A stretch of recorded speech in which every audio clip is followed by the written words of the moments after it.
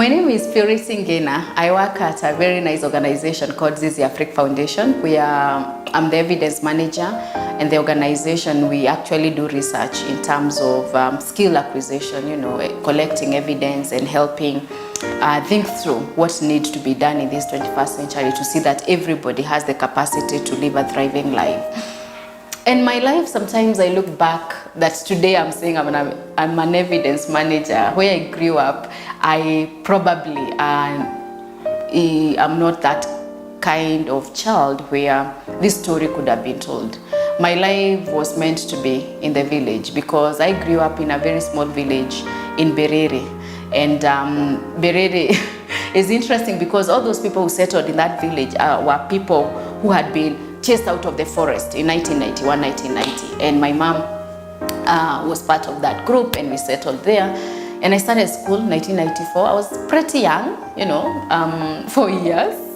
So I didn't have a lot of time to play with other children because, at 4 years, you're still struggling with many things. But I think I was a pretty nice kid to my mother and to my brother. And in 2002, I was in class 8, and I sat for my KC PE. And believe me, I totally failed. I got 235 marks. 235 marks is a C or less for sure. And my mom told me to repeat. And because I was pretty young, 12 years, I was like, okay, I don't think she'll ever take me to school because my brother was not taken to high school. Not because he was even brighter than I am, but there was no resources to take him to school. And when my mom said I repeated because first I respected her, and secondly she promised that, I'm going to take you to school. And I believed her, just believing on things that you don't expect them to happen. But anyway, they have been said by the person you respect the most. 1 year later, I set for another KCP in the same school, and I got 369 marks. You can see within 1 year, I changed my story because I believe we all need second chances and we can all change our stories. Joined to Mutumu Girls. My high school story was more interesting than any other because it was my first time out of my home.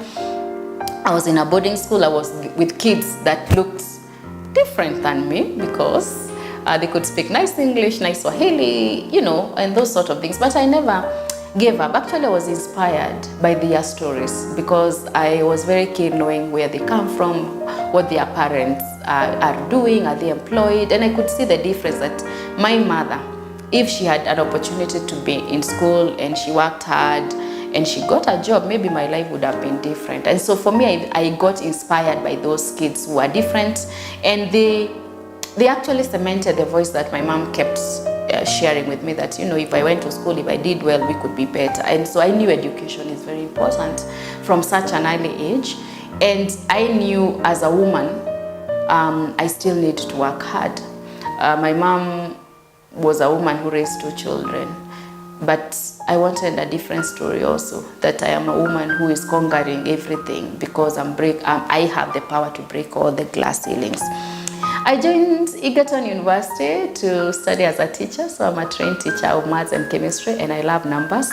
And I think most of the time I like talking to girls about science, technology, engineering, and mathematics because I think this century, some of those courses are very good in terms of even the job market, but also I know many girls are shying away from venturing into those courses. Maybe the fear, maybe they have not seen other girls like them, or who, you cannot become what you have not seen for sure.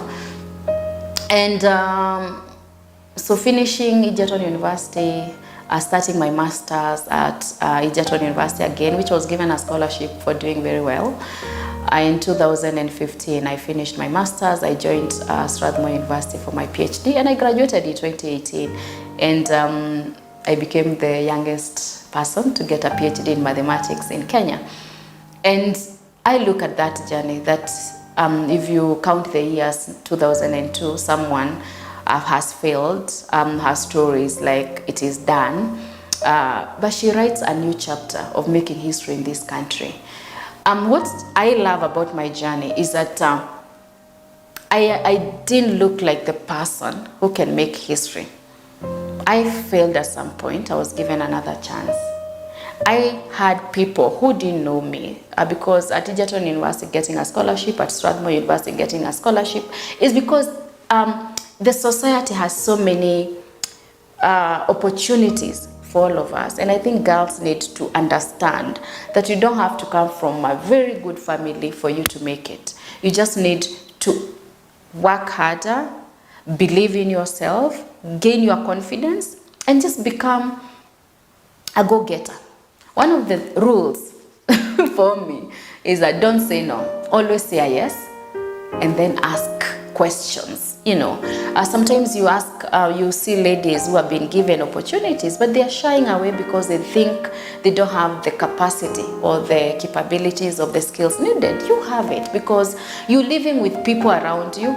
And one of the things I appreciate is that people in this country are ready to assist when you are asking the right questions. So I think women, it is our time. Why are we shying away?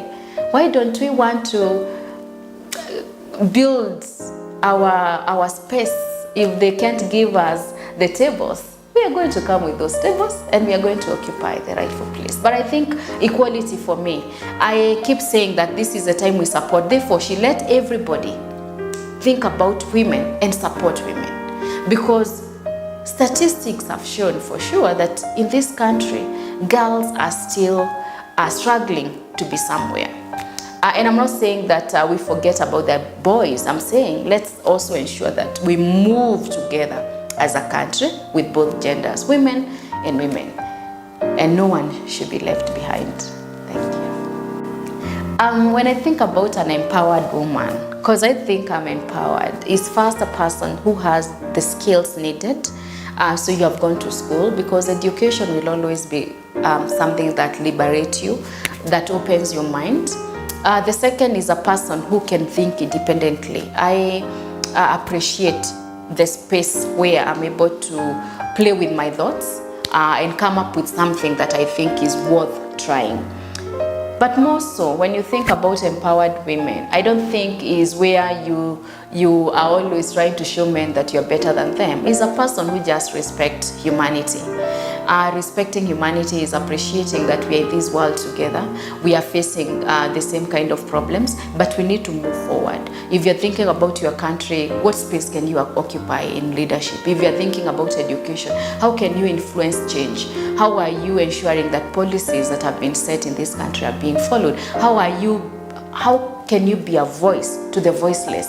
If you're the one in your community, how can you ensure that all children are going to school, that parents understand the importance of being part of the education space? So for me, being empowered is not having that voice that, I'm Purity Ngina, I have the power, I can say this. It's just living a life full of respect, but also appreciating everyone and respecting humanity. My message to all girls as we celebrate the International Women's Day is that you can break all the glass ceilings. Nothing is impossible, and you can become whatever you want to be. You just need to align your thoughts to your vision, to your goal, and to remain true. Write your own authentic story. Thank you.